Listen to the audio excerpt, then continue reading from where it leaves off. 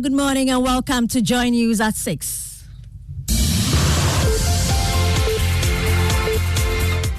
The news is live on Joy 99.7 FM and hits 103.9 FM in Accra.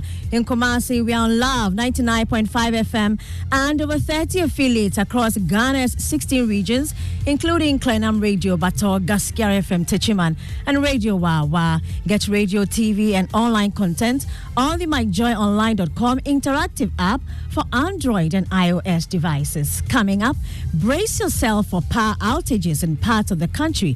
The warning from GRIDCo as it announces shortage in gas supply in Tema at peak time. Also, Sagahope District Hospital warns of turning away cops as it says the hospital morgue is running out of space due to closure of neighboring hospital. And retired Justice of the Supreme Court, William Atuguba, has expressed shock at the inability of the state with all the power and resources to end the illegal mining menace. You have the army, you have the police. Can't put down this menace. The whole state of... Kofi Hayford here with...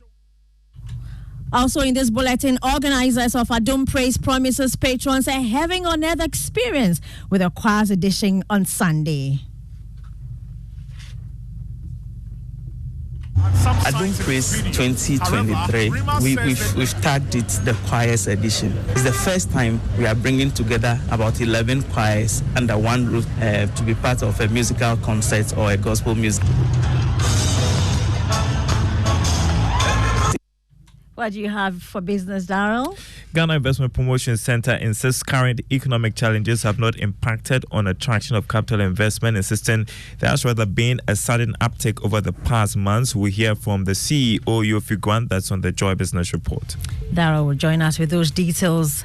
And I am Hannah Odami with the details of the news at 6. Brace yourself for power outages in parts of the country in the coming days.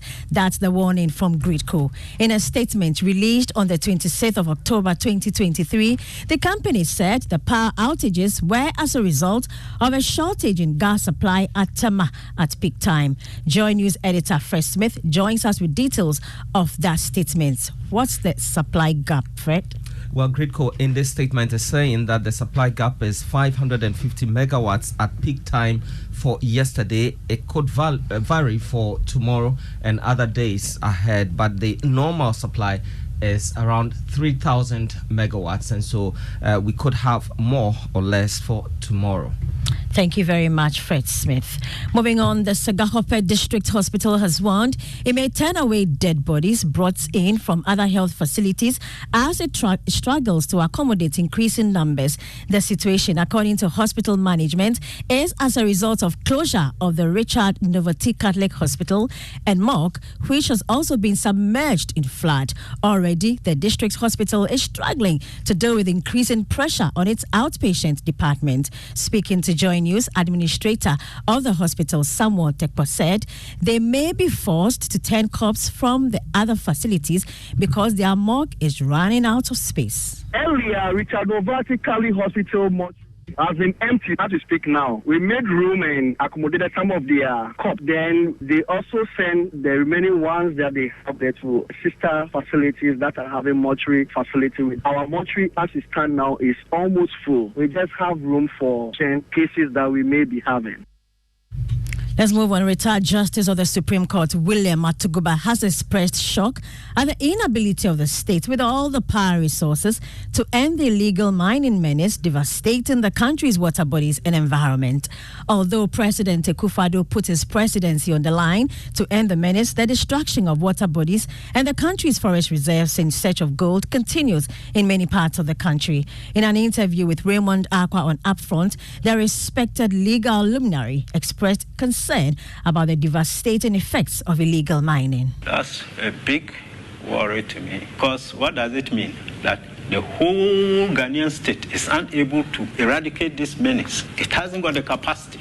Can you imagine that? How possible? You have the army, you have the police. You can't put down this menace. The whole state of Ghana, wonderful. Let me confess, when I was on the bench, one day I was going to Kumasi, and I used to hear that, hey, the water bodies are polluted, yeah. Then On the way to Kumasi, I saw some river flowing as a tunnel. Hey, clay, wasn't water. The color.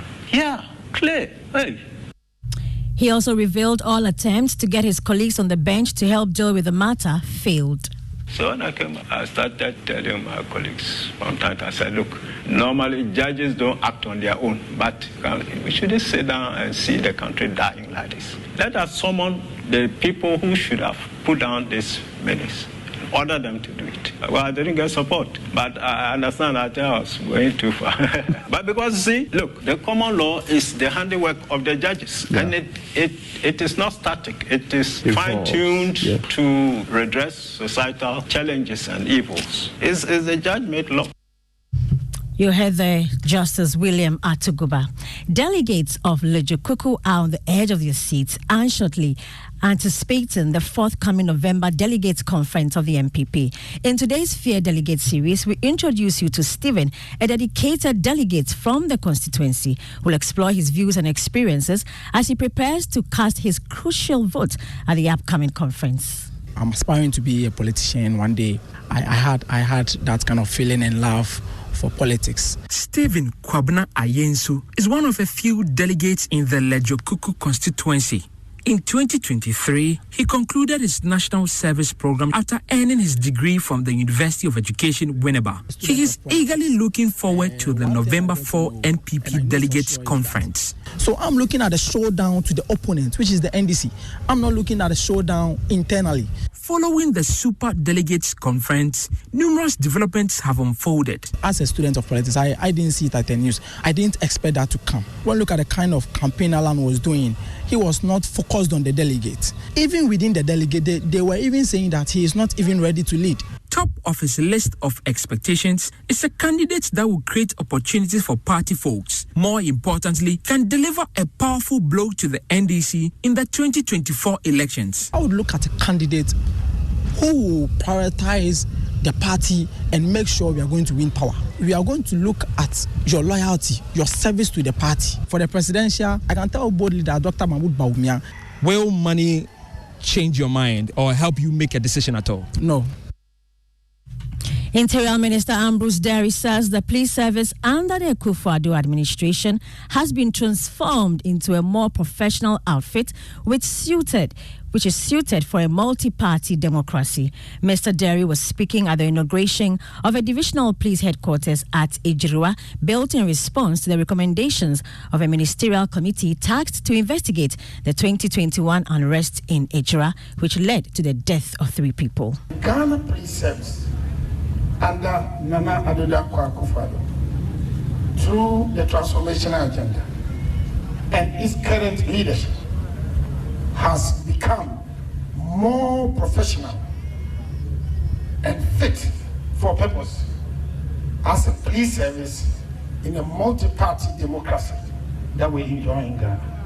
I would say that the police have made the right to demonstrate in Ghana a real right. The police respected and protected.